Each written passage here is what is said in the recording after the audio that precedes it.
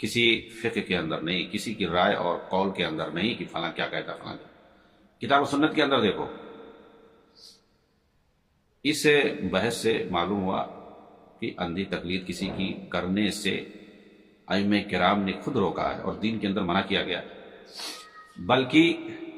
اگر ہمیں کسی کا قول ملتا ہے، کوئی بھی عالم ہو دنیا کا، کسی بھی مسلک اور مذہب سے متعلق ہو، تو اس پر غور کیا جائے گا۔ ہاں، کتاب اللہ سے کوئی آیت ہو، حدیث کوئی ہو، تو بلا چونچرا اور بغیر غور فکر اسے قبول کیا جائے گا۔ لیکن اگر کسی دوسرے کی رائے، کسی امتی کی اگر رائے ہو، کوئی قول ہو دین کے بارے میں کوئی کہتا ہے، کوئی مسئلہ بتاتا ہے، کوئی چیز کہتا ہے، اپنی رائے پیش کرتا ہے، تو اس کی اس رائے کو، اس کے اس قول کو کتاب و سنت پر پیش کیا جائے گا، اس پر غور کیا جائے گا اور کتاب و سنت پر پیش کیا جائے گا۔ اگر وہ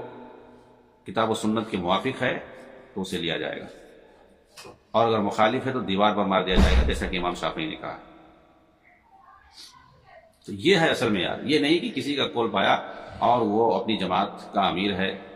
اپنی تنظیم کا مرشد ہے، یا اپنے مسلک اور مذہب کا وہ امام ہے، مقتدی امام ہے، تو ہم اس کی بات کو پکڑ لیں، یہ کہتے ہوئے کہ انہوں نے قرآن اور حدیث کو ہم سے اچھا سمجھا ہے، ہو سکتا ہے اس کا معنی کچھ اور ہو، انہوں نے اچھا سے سمجھا ہو، اس لیے انہوں نے یہ بات کہی ہے، تو ان کی بات کو پکڑ کے بیٹھ جائیں، گرچہ وہ قرآن کے مخالف ہو، حدیث کے مخالف ہو۔ یہ کیا ہے؟ یہ اندھی تقلید ہے۔ لیکن اگر کوئی اس کو قرآن اور حدیث کی روشنی میں پرکھتا ہے، دیکھتا ہے، جانچتا ہے، کوئی بھی ہو اس کا قول، چاہے آج کا کوئی انسان ہو یا ماضی کا کوئی انسان ہو، 1 سال 2 سال پہلے اس کا انتقال ہو گیا ہو، یا 50 سال 100 سال پہلے انتقال ہو گیا، یا 500 سال 1000 سال پہلے انتقال ہو گیا ہو، کوئی بھی ہو، اگر اس کا قول ہمارے سامنے آتا ہے، اس کی بات ہمارے سامنے آتی ہے، تو ہم اس کو جانچیں گے قرآن حدیث کی روشنی میں، اور نبی صلی اللہ علیہ وسلم کے بتائے ہوئے منہج کے مطابق، صحابہ کرام کے فہم کے مطابق ہم اس کو جانچیں گے، کیونکہ دین کے اندر اصل قرآن ہے، نبی صلی اللہ علیہ وسلم کی سنت ہے، آپ صلی اللہ علیہ وسلم کا طریقہ ہے، منہج ہے، صحابہ کا فہم ہے، یہ ساری چیزیں، ان کے علاوہ اور دوسری چیزیں دین کے اندر حجت نہیں ہے۔ کوئی بھی ہو، ہم اس کے قول کو، اس کی رائے کو، ایسا نہیں ہم کوئی بھی رائے پیش کرتا ہے دین کے معاملے میں، کوئی رائے دیتا ہے یا کوئی بات کہتا ہے تو اس کا احترام کیا جائے گا، لیکن اس کی بات یا اس کی رائے اسی وقت قبول کی جائے گی جب اسے پرکھ لیا جائے گا کہ کیا یہ حقیقت میں دین کا حصہ ہے، اس کا ثبوت ملتا ہے قرآن کے اندر، حدیث کے اندر، اور صحابہ نے کیا ایسے ہی اسے سمجھا ہے جیسا انہوں نے سمجھایا ہے۔ جب یہ ساری چیزیں پرکھ کر کے پکی ہو جائیں گی اور یہ واضح ہو جائے گا کہ ہاں یہ چیز شریعت کے اندر ہے،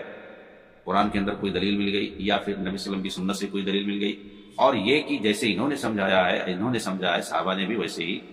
سمجھا ہے نبی صلی اللہ علیہ وسلم کے سمجھانے کے مطابق، جب یہ بالکل واضح ہو جائے تو پھر اس کو لیا جائے گا، کوئی بھی ہو۔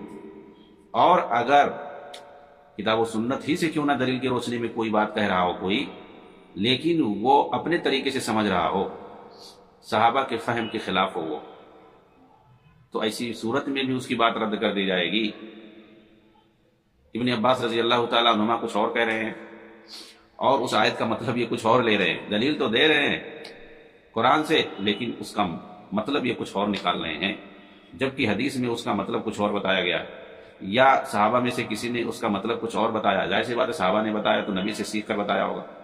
اس سے ہٹ کر کے یہ اس کا مطلب کچھ اور بتا رہے، اور یہ چیز آپ دیکھیں گے جو عقدی اور فکری طور پر منحرف اور گمراہ فرقے ہیں، جیسے خوارج ہیں، روافض ہیں،